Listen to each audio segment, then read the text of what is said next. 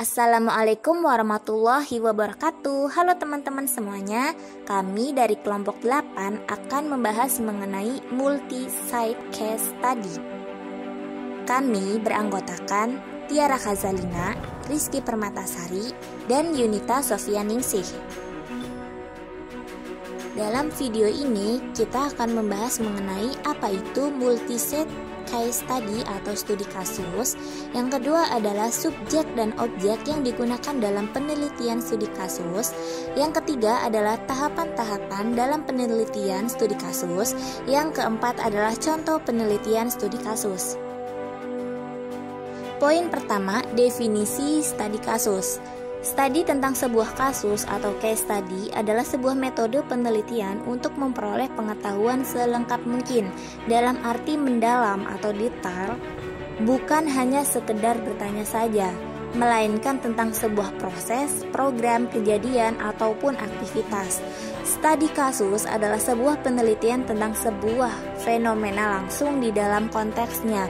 Jadi metode case study atau studi kasus ini adalah lawan atau konversi dari metode eksperimen. Karena di dalam penelitian studi kasus sendiri, peneliti tidak ingin menjadi bagian dari konteks objek penelitian, namun peneliti memastikan objek penelitian tetap dalam konteks lingkungannya.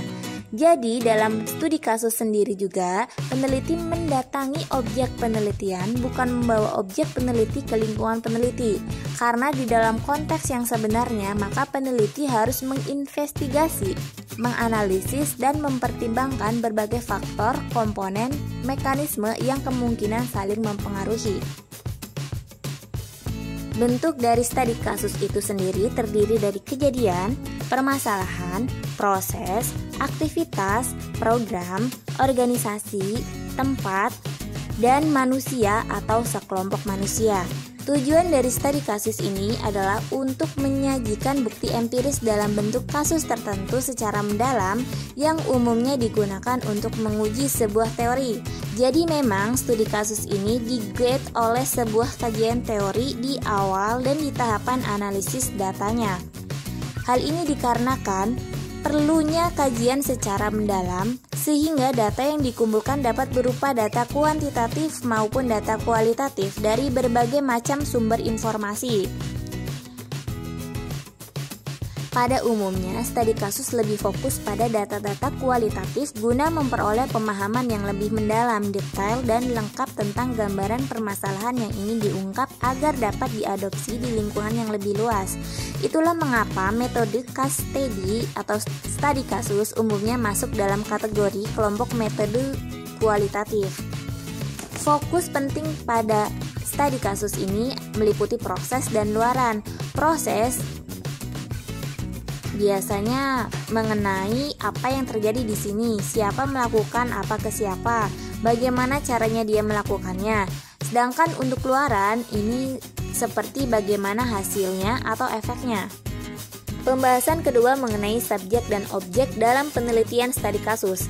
Berdasarkan Wallace dalam Thomas and Meyer 2015 menganalogikan mengenai subjek dan objek dalam penelitian studi kasus.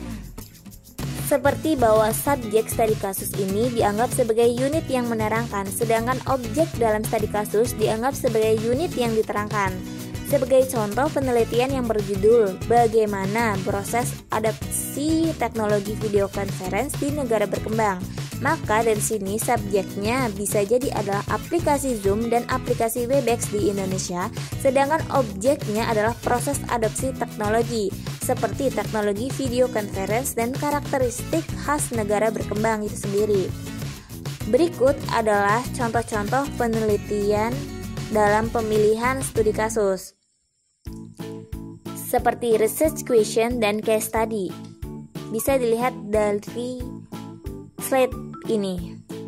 Dalam studi kasus itu terdapat 3 kategori jenisnya. Yang pertama ada exploratory case study, dan yang kedua ada descriptive case study, dan ketiga ada explanatory case study.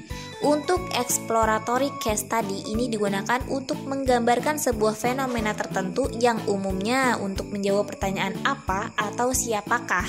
Untuk descriptive case study digunakan untuk sebuah event di dalam konteksnya.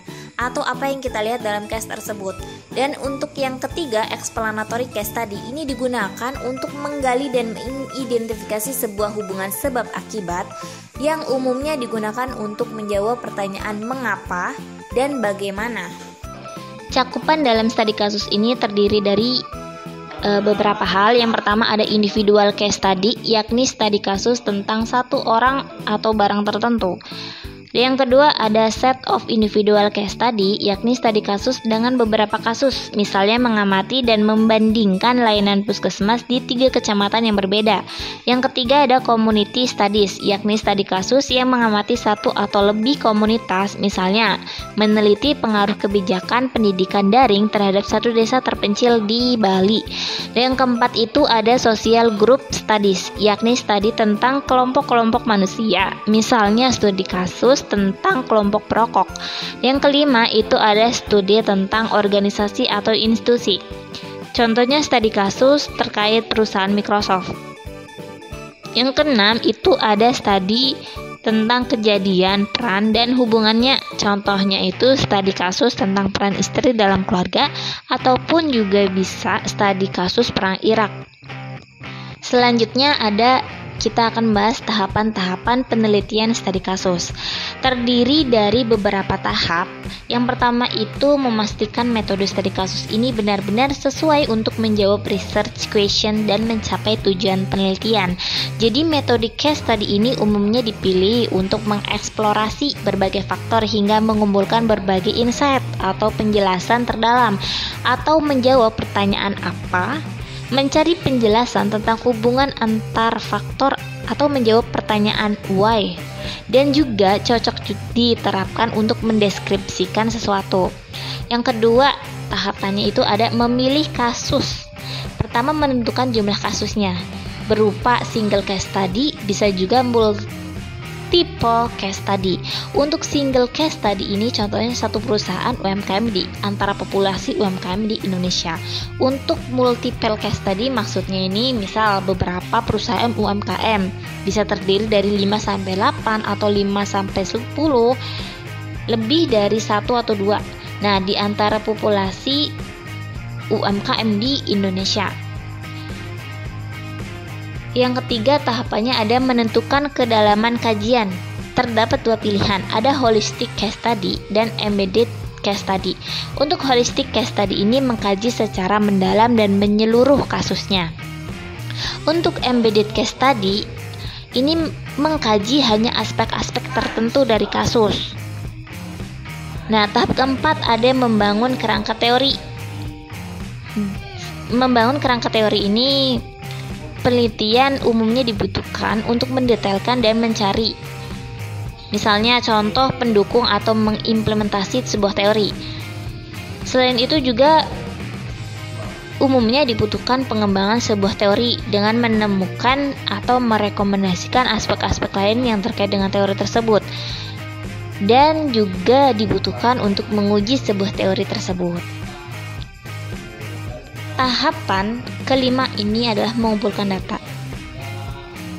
Mengumpulkan data ini terjadi oleh peneliti ketika menjawab pertanyaan-pertanyaan penelitian. Peneliti baru mengumpulkan pengumpulan data.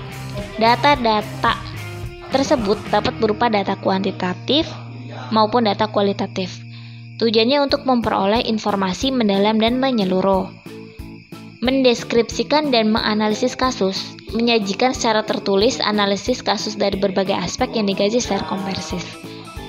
Nah, penyajian tulisan atau laporan dapat dengan format seperti paper akademik, misalnya metodologi, hasil dan diskusi, atau dalam bentuk cerita dari berbagai sudut pandang dan menganalisis arti atau makna dan implikasinya.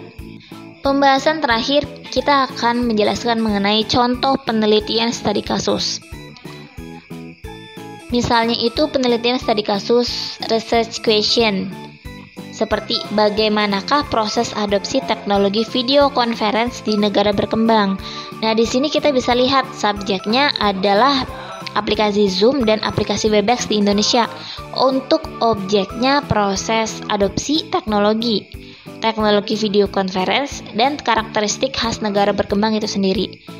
Sehingga judul penelitiannya dapat berupa proses adopsi teknologi video conference di negara berkembang, studi kasus aplikasi Zoom dan Webex di Indonesia. Ini judul lengkapnya.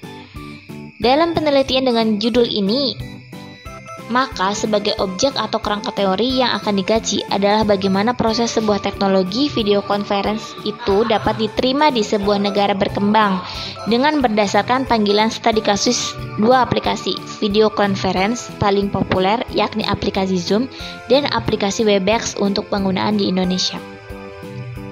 Terima kasih.